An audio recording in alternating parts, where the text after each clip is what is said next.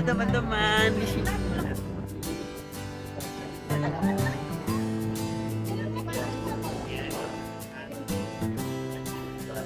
sebuah misteri yang ada di rumah depan. Dengan Indah? Iya, betul. Ikut. Silakan Indah. Kami mau ke Bank Jepang.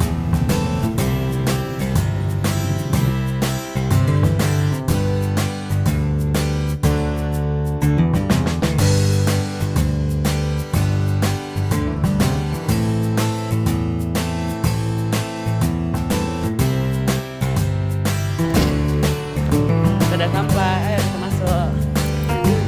Sudah sampai. Coba tanya sama ibu.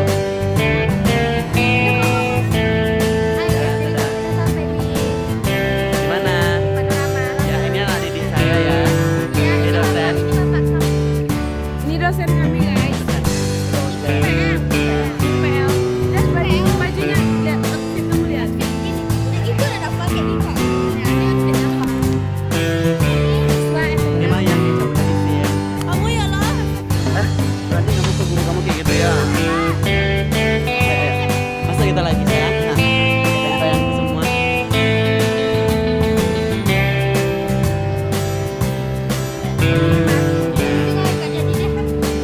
Ya, tadi ya tadi dia mau jajan itu juga ada Nadia, Nadia.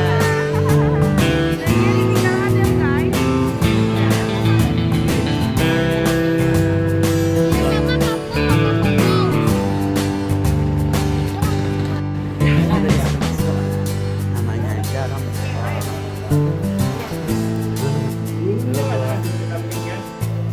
Bro, lagi Jalan nanti ke sini kan?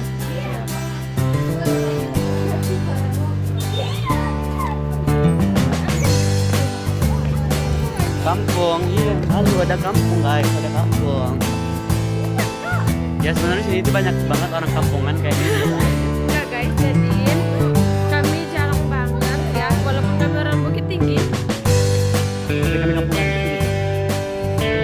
Oke, lihat guys pemandangannya. Guys, indah ini. Ya. Dadah. Foto ada apa? Oh, lucu banget ada apa? Durian.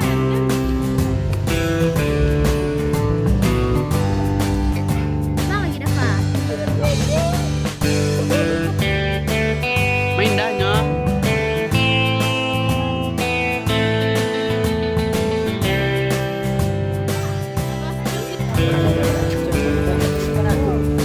Ya. CS juga.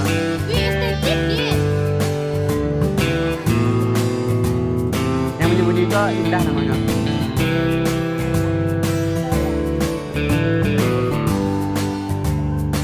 Coba lah kau.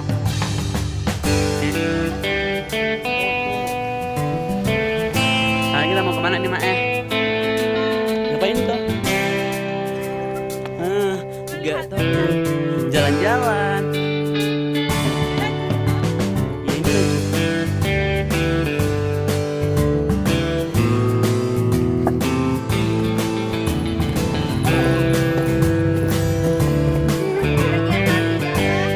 Ya. Halo guys. Pemancing guys. Guys. Dulu, ini kan lubang Jepang. Ini lubang intai, lubang intai.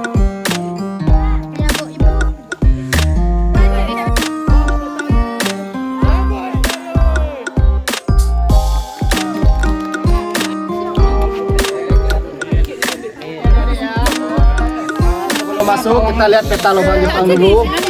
Karena bentuk di dalam lubang Jepang nanti dia nggak seperti yang kita bayangkan lurus kayak gini aja ya. Iya, Pak. Lubang Jepang ini seluruhnya total di Kota Bukit Tinggi punya panjang sekitar 6 km. Sementara yang dijadikan tempat wisata lebih kurang 1470 meter atau 1,5 kilo. 1,5 kilo yang 4,5 kilometer itu ada yang diantaranya tembus di bawah jam gadang, di bawah benteng Purdekop, di bawah istana Bung Hatta, di samping hotel Novotel, dan terakhir itu jalan ke Medan atau di bawah bandar udara. Ini pintu penghubung maksudnya lubang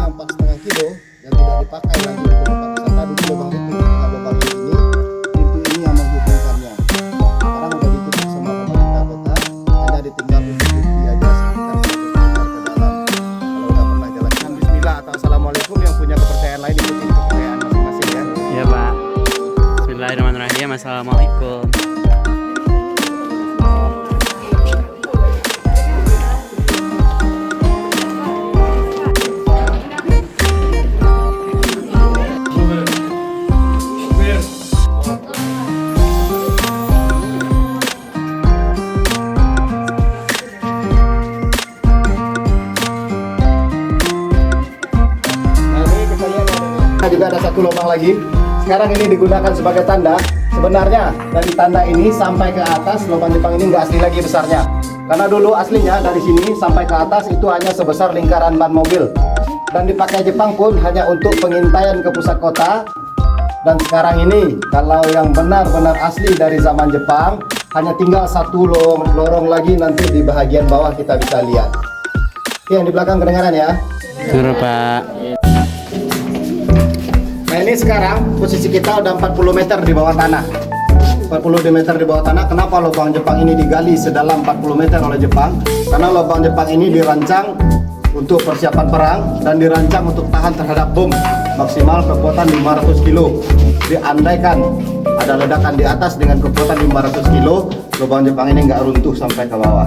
Tapi sebenarnya posisi kita ini belum di dasar tanah, karena ke bawah kita masih ada jurang kurang lebih sedalam 50 meter lagi. Jadi yang digali oleh Jepang itu sebenarnya tengah-tengahnya bukit, karena bukit tinggi dulu memang nggak ada dataran rendah. Nah jadi kenapa namanya bukit tinggi tahu? Karena Kenapa? Jadi gini, dulu Belanda bikin kota ini mendatarkan 8 buah bukit yang dijadikan untuk sebuah kota. Nah, nggak tahu mungkin ya. Nggak Makanya kalau adik-adik, kalau orang Bukit Tinggi pasti tahu kampung kita ini banyak berawalan dari kata bukit. Bukit Apit, Bukit Cangang, Bukit Ambacang, Bukit Bulet. Karena bukit semua yang dulu dijadikan kota oleh Belanda. Nah, tower tertingginya di Jemgadan. Makanya dikasih lambang kotanya kota Bukit Tinggi. Nah Jepang pun diambilnya bukit yang sebelah sini. Karena dulu sebelum nama ini kawasan Taman Panorama dan Lubang Jepang, nama kawasan ini namanya Bukit Kubangan Kabau. Hanya digunakan untuk masyarakat lokal tempat memelihara kerbau. Nah suhu udara terasa dingin di sini karena kita masih di ketinggian 40 sampai 50 meter lagi. Oke.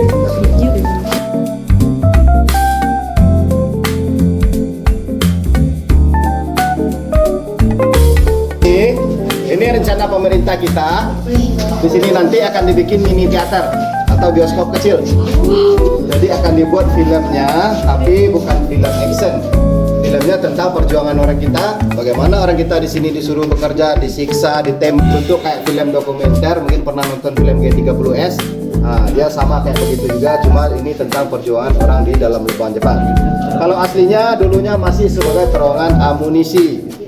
Terus juga nanti sepanjang jalan yang akan kita lewati, adik-adik juga akan melihat ada beberapa terowongan yang udah dipagar kayak begini atau dijeruji kayak begini. Ini disengajakan oleh pemerintah Kota Bukit Tinggi karena rahasia masuk lubang Jepang ini dulu ketika masih di jalan lurus saja kita aman cari jalan keluar. Tapi ketika udah masuk 2 atau 3 lorong kan bingung cari jalan keluar.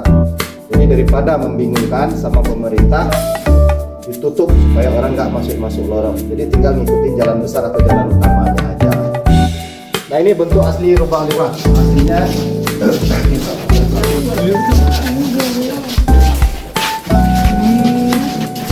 dulu lubang Jepang aslinya tingginya cuma segini. Lebarnya segini, tingginya segini. Karena orang Jepang dulu di sini pendek-pendek. Yang paling tinggi aja orang Jepang di sini cuma 160 cm. Ini ada di sini berapa? 180. Pasti kalau makin ke dalam makin kejedot ini. ini orang Jepang nah. Kenapa digali oleh Jepang cuma segini tingginya? Karena target lawannya bukan tentara Indonesia, tapi tentara sekutu yang tingginya di atas 180 lebih. Jadi seandainya tentara sekutu yang masuk menyerang ke sini, tentara sekutu nggak bisa lari-lari dalam lubang ini karena harus nunduk atau harus jongkok. Sementara Jepang udah bisa lari-larian dalam sini. Dan pintu ini mereka gunakan untuk pintu pelarian darurat. Seandainya lubang ini diketahui oleh tentara Belanda atau sekutu, Jepang bisa melarikan diri lewat sini, tembus nanti di hutan Ngaresiano, mereka menghilang di hutan Ngaresiano. Nah, tembus itu. Nah, jadi yang kita lewati sekarang itu udah korekan baru, ini baru dikorek tahun 86 karena dijadikan tempat wisata. Dikarenakan pengunjung kita udah banyak yang tinggi, bahkan orang Indonesia pun ada yang tingginya di atas 180 semua kan. Nah, kayak adik ini. Nah. Tapi kalau dia masuk ke sini dia juga menyesal tinggi dia. Kalau dia masuk ke sini, kenapa dia nggak pendek dulu? Ya. Yuk, kita lihat ke lagi.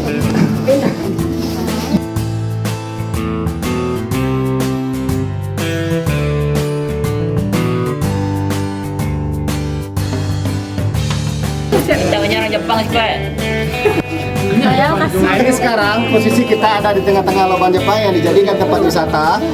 Dari sebelah kiri sana sampai sebelah kanan ujung sana itu ada 15 lagi terowongan kayak tadi. Kalau dulu yang 2 ruangan ini dipakai untuk ruangan makan guru paksa tadi. Jadi kata Jepang, ini kata Jepang ya. Rumusa di sini dikasih makan, tapi dikasih makan cuma sekali sehari. Mereka kerja 24 jam, nggak boleh tidur, bahkan duduk istirahat sebentar pun nggak boleh. Jadi kebanyakan dari mereka hanya mampu bekerja 8 atau maksimal paling lama cuma 10 hari. Setelah itu tenaganya habis, dimasukkan ke penjara 2 atau 3 hari, setelah itu langsung dibunuh. Jepang bawa lagi pekerja yang baru. Jadi kenapa Jepang bawa pekerjanya dari Pulau Jawa, Kalimantan, dan Sulawesi? Karena zaman penjajahan kita nggak punya bahasa persatuan, atau tidak semua orang pandai berbahasa Indonesia, kebanyakan bahasa daerah masing-masing. Andai kata orang Jawa, Kalimantan, dan Sulawesi bisa keluar dari lubang ini, nggak akan bisa membocorkan rahasia gua Jepang karena ngomongnya nggak nyambung sama masyarakat setempat. Nah, makanya ditukar terus. Nah, orang Bukit Tinggi bukan tidak bekerja. Orang Bukit Tinggi ketika yang ditangkap itu produktif untuk dipekerjakan akan dipindahkan ke Pulau Jawa namanya Panarukan. Jadi kalau seandainya orang Bukit Tinggi melarikan diri di Pulau Jawa pun nggak akan bisa berbahasa Jawa juga. Jadi rahasia Jepang aman terus. Dulu ketika lubang ini ditemukan, di 2 ruangan ini masih ada bekas piringnya dari kaleng, gelasnya dari bambu. Cuma karena lubang ini ditemukan oleh masyarakat lokal waktu itu nggak tahu benda-benda itu akan menjadi benda bersejarah, diambil-ambil saja sama masyarakat lokal kita di sini. Rencana pemerintah, kalau seandainya renovasi ini berjalan lancar, itu akan dibikinkan replika-replika atau tiruan-tiruannya. Oke, penjara. Tapi dulu aslinya penjara ini jerujinya dibikin dari bambu. Terus panjang penjara ini ke dalamnya kurang lebih sekitar 47 sampai 50 meter ke dalam. Dia berbentuk seperti huruf L atau rentel R. Sekarang tinggal 3 meter. Kenapa? Jadi menurut informasi warga setempat dulu, ketika pertama kali lubang ini ditemukan, di jalan yang kita lalui tadi semuanya itu banyak kerangka manusia berserakan aja. Karena terakhir Jepang ada di terowongan ini, seluruh pekerja itu dibunuh semua. Orang kita nggak ada yang bisa keluar hidup-hidup, mereka mati semua. Nah, kerangka-kerangka tadi dikumpul oleh orang lokal kita di sini, mereka dikubur masalkan di dalam sini, disucikan menurut agama setempat kita di sini. Kebetulan kita mayoritas Muslim, kita sucikan atau sembahyangkan secara Muslim. 11 Maret 86 ini dijadikan tempat wisata. Mendikbud Fuad Hasan mendatangkan 5 pemuka agama yang diizinkan di Indonesia untuk kembali mensucikan atau membayangkan mereka yang ada di dalam sini. Jadi alhamdulillah semenjak ini jadi tempat wisata. Untuk kita yang niatnya berkunjung aja, alhamdulillah belum pernah ada gangguan-gangguan yang aneh-aneh. Kecuali untuk mereka yang punya niatan lain. Mungkin adik-adik pernah ngeliat acara pemburu hantu, uji nyali, uka-uka, semuanya itu kan niatnya memang udah nyari hantu. Terus mereka masuk ke dalam sini pun mereka masuk malam dan mengadain ritual kayak main jalangkung. Itu di luar tanggung jawab kita.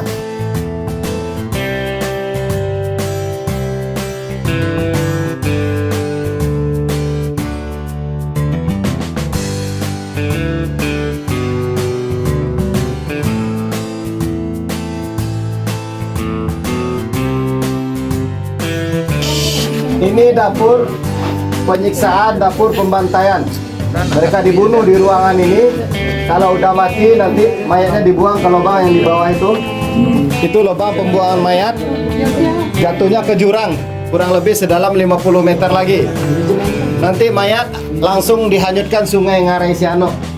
Jadi Jepang di dalam sini nggak pernah ada bau bangkai atau bau mayat, karena mayat langsung dihanyutkan sungai. Dulu mungkin kalian nggak kedapati, di bawah tahun 90-an Sungai Ngarai Siano masih besar arusnya. Nah, mayat langsung dihanyutkan sungai. Kalaupun masyarakat di bawah ngelihat ada mayat yang hanyut, nggak akan pernah berpikir yang membunuh orang Jepang, karena sebelum ada Jepang, Belanda udah ratusan tahun ada di Bukit Tinggi. Jadi masyarakat berpikir yang membunuhnya orang Belanda. Makanya orang Jepang di dalam sini bisa bunuh orang seenaknya aja. Yang di atas mereka gunakan untuk pintu pengintaian, mereka mengintai masyarakat di bawah. Masyarakat di bawah yang mau ke pusat kota Bukit Tinggi, mau menjual hasil panennya, nanti sebelum sampai di pusat kota, di sebelah sana ada satu pintu lagi, namanya pintu penyergapan tadi. Mereka disergap, hasil panen dirampas semuanya. masyarakat di sini yang tertangkap hari itu akan dibunuh langsung. Karena masyarakat kita di sini tidak dipekerjakan. Sebab membahayakan bagi Jepang kalau seandainya bisa keluar dari lubang ini. Mereka bisa bahasa daerah sini dan hafal lokasi di sini. Jadi kalau orang bawah sana tertangkap, hari itu langsung dibunuh. Nah yang ini pintu utama. Pertama kali Jepang menggali lubang awalnya dari sini. Jadi bukan dari atas tadi. Satu-satunya pintu yang dipakai Jepang untuk keluar masuk pintu-pintu ini aja. Pintu-pintu yang lain hanya pintu-pintu tipuan aja. Nah terus yang ujung sana itu digunakan sebagai pintu penghubung. Lubang yang 4,5 kilo lagi yang tidak dijadikan untuk tempat wisata. Dulu lubang itu dengan lubang ini pintu di sana yang menghubungkannya. Sekarang udah ditutup sama pemerintah kita. Juga ini salah satu contoh terowongan. Di sini suara saya sekarang kuat gemanya. Ini saya bicara sekarang ini, itu orang di luar sana udah dengar. Karena ini sengaja dihilangkan oleh pemerintah Kota Bukit Tinggi sekitar 10 meter ininya tadi, celah-celahnya tadi. Jadi biar pengunjung bisa membedakan mana yang bergema dan mana yang tidak, dan biar bisa kita tahu benar gak teknologi Jepang yang sesimpel tadi aja bisa menghilangkan gema suara yang sekuat itu. Gitu. Nah ini buktinya, di sini suara langsung bergema. Mungkin ini pintu terakhir kita, ada yang mau ditanyakan? Yang pertama, berapa ribu orang kita yang mati di dalam sini? Tidak ada yang tahu. Jawaban dari mereka cuma ribuan aja, tapi nominal pastinya nggak jelas. Entah 5.000, 10.000, 50.000. Menurut pakar sejarah kita, orang kita yang dikorbankan di dalam sini jumlahnya di atas 100.000. Artinya kurang lebih sama banyaknya dengan jumlah penduduk Kota Bukit Tinggi saat ini. Yang kedua, pasir atau tanah galian lubang Jepang ini sepanjang 6 km dibuang kemana sampai sekarang nggak ada yang tahu. Pernah ngelihat orang gali kuburan kan? Ada bekas tanahnya. Itu cuman lebarnya 1 meter, panjang 2 meter, banyak bekas buangannya. Ini 6 kilo, kemana buangan tanah ini dibuang sampai sekarang nggak ada yang tahu. Karena kalau mereka buang keluar akan menjadi gunung atau bukit, lah paling tidak bukit yang baru. Terus orang di bawah akan melihat ada orang bekerja. Tapi penduduk di bawah nggak pernah ngelihat ada tanah buangan pasir, nggak pernah ngelihat orang bekerja. Dan yang ketiga, jenderal tertinggi pembangunan lubang Jepang di 3 wilayah Indonesia, Hiroki Watanabe, setelah Indonesia merdeka, riwayatnya bagaimana sampai sekarang nggak ada yang tahu lagi. Karena ketika Indonesia merdeka, dia langsung hilang di telan bumi. Bahkan sampai sekarang orang Jepang sendiri masih berpikir Jenderal Watanabe matinya di Bukit Tinggi, tapi mayatnya nggak ditemukan. Ya sampai sekarang beberapa sejarah yang kita nggak ketahui. Mungkin ada lagi yang mau ditanyakan? Pak, kenapa di sana dibuntukan? Jadi alasan kenapa di sana dibuntukan oleh pemerintah kota sebenarnya dulu pernah sempat diuji coba dibuka. Yang pertama di sana terlalu besar, yang kedua benar oksigen di sana tipis. Karena di sana ventilasi udaranya tidak sebanyak ini. Jadi di sana hanya bisa menampung maksimal cuma 200 orang. Sementara jumlah kunjungan Kota Bukit Tinggi kalau hari Lebaran dan Tahun Baru itu sekali masuk dalam sini aja bisa sampai 1.500-2.000 orang. Dulu sebenarnya pernah anak pramuka masuk ke dalam sana, ternyata yang masuk itu pun punya penderita asma, pingsan sampai di dalam. Akhirnya sampai kejadian itu ditutup oleh pemerintah dan ditutup. Tidak semuanya ditutup, ditinggalkan juga bukti kalau mau masuk 100 meter ke dalam masih bisa. Tapi nggak ada, karena lubang Jepang yang tidak difungsikan tadi itu sebenarnya pernah difungsikan 1 tahun. Jadi udah clear, udah bersih semua, nggak ada penemuan apapun, itu udah semuanya sama pemerintah. Cuman alasan tidak difungsikan karena setelah diuji coba lubang itu hanya menampung 200 orang. Kalau untuk waktu tahun 87 masih oke, karena orang belum tahu lubang Jepang Bukit Tinggi. Jadi yang masuk ke sana pun mungkin 2 atau 3 orang aja. Tapi kalau sekarang kita buka itu lagi, kita biarkan orang masuk, itu akan jadi risiko bagi pemerintah Kota Bukit Tinggi. Nah kalau untuk dicarikan jalan tembusnya atau dibikinkan ventilasi udaranya, kita butuh rumusa yang baru. Atau mungkin ada yang mau berpartisipasi jadi rumusa baru. Dos. Berani bersama kau. Ini kau kaca-kaca tanahnya jatuh hanya.